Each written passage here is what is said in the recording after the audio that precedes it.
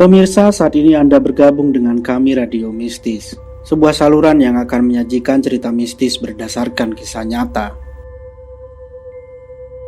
Sedang asik memotong daging spesial yang akan dibuat gulai, runguku mendengar suara patahan ranting kering dari luar, seperti terpijak kaki. Aku langsung waspada, apa mungkin ada yang mengintip di luar sana? Bisa gawat. Seseorang itu bisa menyiarkan pada tetangga perihal bahan baku yang tidak halal ini. Gulai daging buatanku akan sepi pembeli dan nasib keluargaku terancam kelaparan. Daging ini selain murah, keuntungan yang kudapat juga lumayan banyak. Bisa untuk memenuhi kebutuhan hari-hari, termasuk beras, lauk pauk dan jajan. Semua bisa terpenuhi, termasuk untuk mengobati terapi Bang Gito juga. Alhamdulillah, sekarang Bang Gito sudah bisa makan sendiri, walaupun untuk ke kamar mandi masih harus dituntun. Bang Gito dan anak-anakku patuh dengan ucapanku. Tak ada seorang pun yang berani masuk atau melewati dapur saat aku sedang berkutat sendirian dengan bumbu dan daging hasil buruanku. Jika sudah kebelet, mereka memberanikan diri lewat pintu samping dan memutar untuk ke kamar mandi papan yang terletak di luar rumah. Malam ini, saat tanganku sedang memegang pisau berbentuk persegi panjang dengan salah satu bagian sudah terasa amat tajam, hingga membuat sesekali tetakan saja daging sudah jadi dua bagian, saking tajamnya. Aku bangkit, mataku mengedar ke segala arah. Itu suara kaki keluargaku atau orang lain. Harus kupastikan sebelum pisau ini memakan korban. Sialan, siapapun dia tak akan selamat. Aku pastikan itu. Siapa itu? Teriakku. Terdengar derap langkah kaki menjauh. Malingkah? Penguntitkah? Gegas aku melangkah menuju pintu dapur. Pandanganku mengedar ke segala arah. Kosong. Langit masih gelap karena suara azan belum berkumandang.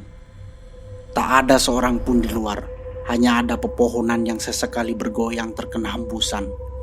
Aku menyentuh tengkuk. Tubuhku seketika bergidik. Udara dingin sehabis hujan begitu menusuk hingga ke tulang. Berdiri cukup lama di ambang pintu untuk mencari si pemilik bunyi kaki. Tapi sampai terdengar sayup suara azan di kejauhan, tak jua aku temukan. Mungkin hanya khayalanku saja, ucapku pada diri sendiri, dan akhirnya kembali masuk dan melanjutkan kegiatan yang tadi sempat berhenti.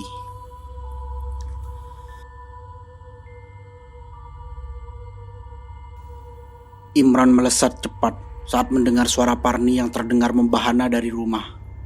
Otaknya bekerja cepat. Kalau ia berlari sampai ke rumah, sudah pasti ketahuan karena Parni sangat dekat dengannya.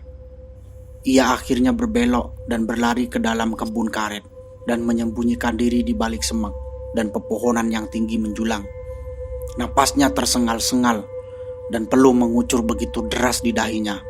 Pemandangan yang tadi ia lihat benar-benar menguji nyali dan mengaduk-aduk isi perutnya. Masih terngiang senyum sinis Parni saat menetak daging menjadi beberapa potongan. Entah apa yang ada di pikiran Parni saat itu. Kenapa ia nampak senang, berkubang darah dan daging-daging segar yang berbau amis sangat menyengat. Seolah tanpa rasa jijik dan juga takut. Sangat mengerikan.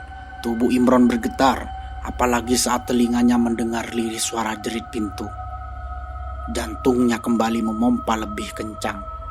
Dari balik semak ia mengintip Parni yang berdiri di ambang pintu belakang rumahnya, memainkan pisau persegi dan mengangkatnya. Tubuh Imran bergetar hebat saat mata itu menyelusur dan berdiri lama seolah mengintai keberadaannya. Setengah jam menunggu, tepat saat terdengar lirik suara azan, Parni akhirnya memutar badan dan masuk ke dalam rumah. Imran menghela napas panjang, rasa syukur lirih terucap di bibir tipisnya. Ia pun bangkit perlahan dan melesat, berlari secepat kilat menuju rumahnya.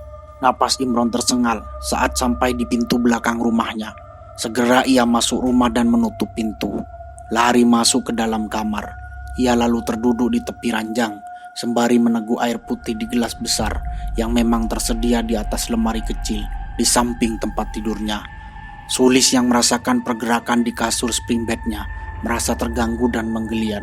Berulang kali ia mengerjap dan menoleh ke arah suaminya. Keningnya mengernyit melihat punggung suaminya yang basah, terlihat kesulitan bernapas. "Papa kenapa?" Sulis bangun dan mengikat rambutnya, menjejakkan kakinya di lantai yang terasa dingin dan mendekati suaminya. Imron mendongak dan mengusap peluhnya yang mengucur deras di sela rambutnya yang juga basah. Ia langsung bangkit dan memeluk tubuh Sulis yang diam mematung karena bingung. "Besok kita pindah. Sekarang juga Mama siapkan keperluan kita. Yang wajib aja, Ma. Pagi nanti Papa ke warung Nek Tima, membeli keperluan Nanang di jalan. Mama tahan kuping dulu sementara waktu. Yang penting nyawa kita selamat dan bisa hidup bahagia sampai tua." Sulis masih bingung dengan ucapan suaminya. Kenapa Imron tampak amat ketakutan? Imron mengurai pelukannya. Kedua tangannya berada di bahu Sulis. Mata mereka saling bersitatap. Sulis melihat kilat ketakutan di mata Imron. Tentu saja saat ini suaminya tidak baik-baik saja.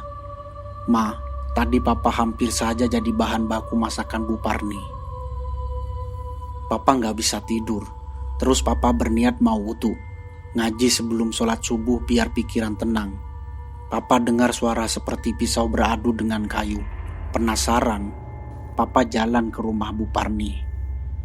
Serem banget, Ma, seperti rumah jagal. Darah di mana-mana, daging, usus, jeroan, semua lengkap. Bau anyir darah bikin mual. Mana wajah Bu Parni kayak orang kesurupan. Serem banget, Ma." Sialnya, Papa menginjak ranting. Bu Parni langsung teriak.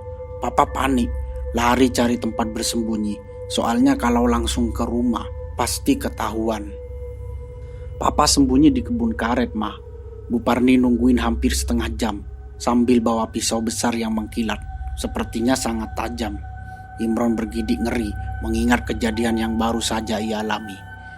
"Pa, untung Papa selamat dan bisa pulang." Tangis Sulis pecah seketika. Sesak, bersyukur karena suaminya bisa selamat. Kalau tidak, tentulah ia yang jadi bahan daging gulai dan konsumsi warga sekitar. Matahari mulai terbit. Perlahan sinarnya menerangi dan memberi kehangatan di setiap sisi kampung. Imron bergegas menuju warung Nek Tima. Genangan air masih terlihat di beberapa tempat bekas hujan semalam. Langkah kakinya menghentak dan cepat, memburu waktu dan dicekam rasa takut yang teramat sangat. Saat tiba di muka warung, Imron heran karena warung Nek Tima tutup dan semua pintu digembok. Beberapa orang ibu pun tampak ada di situ sembari berbincang seru. "Maaf Bu, Nek Tima kemana ya?" tanya Imron. Ibu-ibu itu menoleh berbarengan. "Gak tahu Mas, kayaknya Nek Tima menghilang," sahut salah satu dari mereka. "Apa? Menghilang?"